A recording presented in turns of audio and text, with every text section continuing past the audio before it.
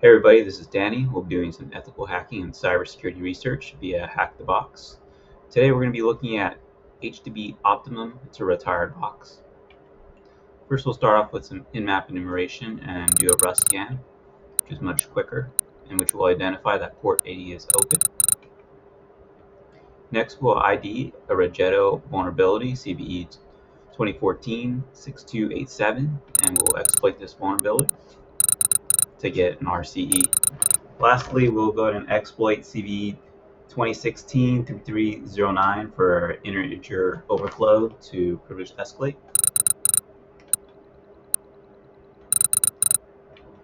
And this is going to be the attack chain. So exploit Rigetto, a vulnerable service, ID system info, and get weaponized exploit for initial access, and privilege escalate for CVE 2016-3309. All right, let's get started. All right, everybody. So first thing we're going to do is open up our terminal from the location of the file that we'll be using. Next, we'll go ahead and run if config ton0 to find our local IP address. Then we'll go ahead and rename the session lhost and the IP address of our lhost. I like to color code mine because to make it easier for me to identify. Next, we can see this one. I'm going to go ahead and rename this one rhost 10.10.10.8. This is going to be the box that we're going to exploit. Go ahead and just color it red or darkest color command. All right, great. So first thing we're going to do is we're going to run an nmap scan. But before we run nmap, you can actually run Rust. I prefer Rust because it's much quicker. And you can see right now port 80 is open. So let's go check port 80 out with Chrome and see what's up. All right, so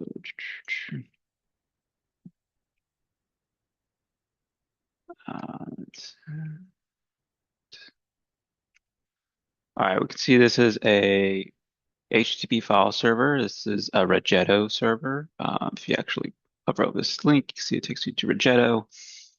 And knowing this, we can identify that this Rigetto server is vulnerable. And we could quickly do it. I was going to Google it, but you could also do Searchsploit. I like using Searchsploit. Or actually, we'll use Google because the exploit we're going to be using is actually a specific one.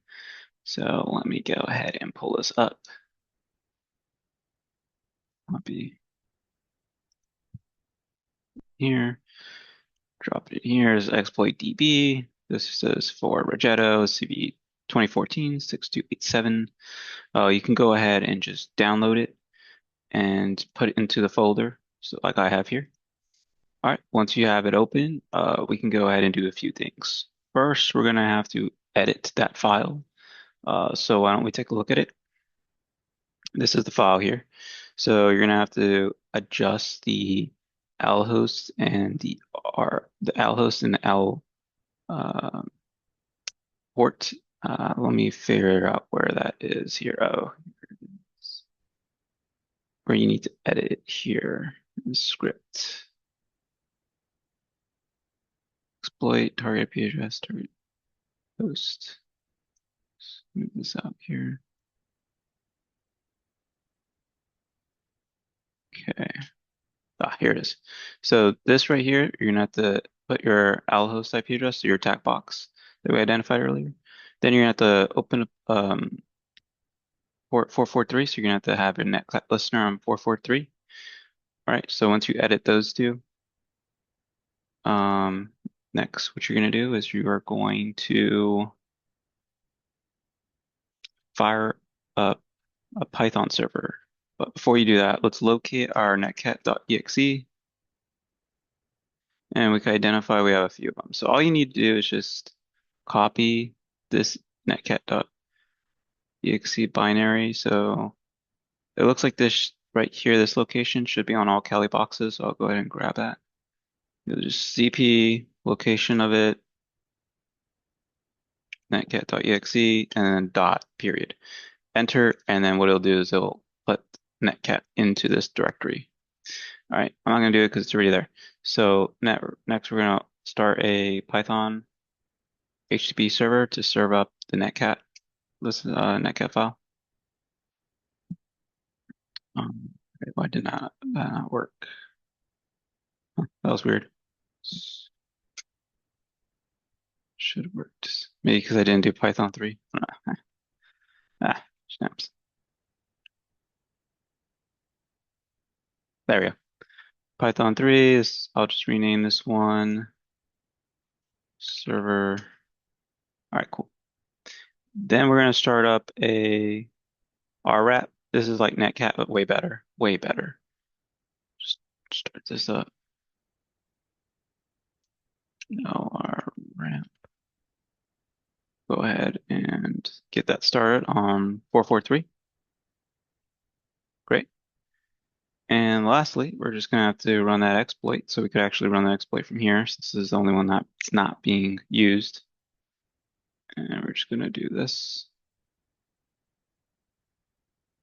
And then run it. And once you run it, you should get a connection back. If it doesn't work the first time, do it again. Because I think when I first did this, I had to do it like twice. dir, and we have the flag right there. So you can type user.text, and then you'll get the flag. All right, I'm not going to do it because, can't do it. It's against the policy. All right, so then we'll do sysinfo or sysinfo, system info, system info, and we can identify this is going to be a 2012 server R2, and based off of the build and the OS, we can run a privilege escalation attack. There's a GitHub for this one, so let me go ahead and just go to the GitHub so you can see which one it is. Come here, boom. Some people have tried Interpreter, but Interpreter didn't work for me, and that's why I end up having to do it this way, which is fine. Copy it. You can see I have this b file.exe. That's the exploit. So next, what I'm gonna do is I'm gonna go ahead and just come up over here. And it's perfect because we already have the server running. So now we just need to git clone this. Git, I'll do sudo git clone, and then the GitHub page. Right, Kelly, it's gonna put it here. I already have it there, so it's not gonna work. But you can see it's right here. Then you're gonna take this bfill.exe, just copy it, and then paste it into this directory here. All right, so once you have it there, next what you're going to do is you're just going to run a PowerShell command. And what I'll do is I'll just kind of show you guys this. This is the PowerShell command here. So we're just going to run this, and then, all right, so this is the command here, PowerShell. It's going to reach out to our web server, get the B file, and it's going to place it in the public's download folder location. So we'll go ahead and run this. Oh, and then you need to run this from, obviously, your shell connection. So we'll just run this. Boom. You're going to have to edit this to be your localhost, right? So that's why we did the lhost in the beginning. All right, so that should work. All right, and I got an error because it might already be there. So cd, let me actually cd public or cd back your directories, cd public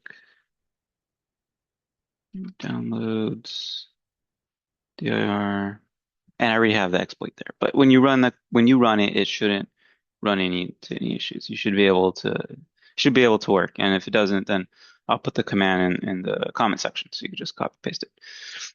But yeah, that works for me. All right, and then once you're done doing that, then you're gonna go and run the exploit. So you just gotta copy this. And I have everything pre-positioned before, so we can just get through this quickly. All right, and then when you run the exploit, like I'm running it now, it should work. And you're kind of wondering, well, what is this? It's an integer overflow vulnerability that allows us to privilege escalate. So if I do who am I, I am now NT authority system. So we got the local system NT authority. All right, cool. So now what you can do is you can go back a few directories here and CD into the administrator directory, CD desktop and dir. Now you've got the root flag, type that out. Type is like cat. It's gonna print that. I'm not gonna do it because that's against the policy, but I hope you enjoy the video. I'll just drop these commands in the comment section. Can't go in the description. There's too many special characters. All right. Hope you enjoyed it. More to come. Believe me, more to come. I'm doing all the easy boxes. So, um, I went through this with interpreter. Did not work whatsoever. And then I did it the manual way. And I like the manual way because you learn a lot of cool things. Anyhow, Danny, out.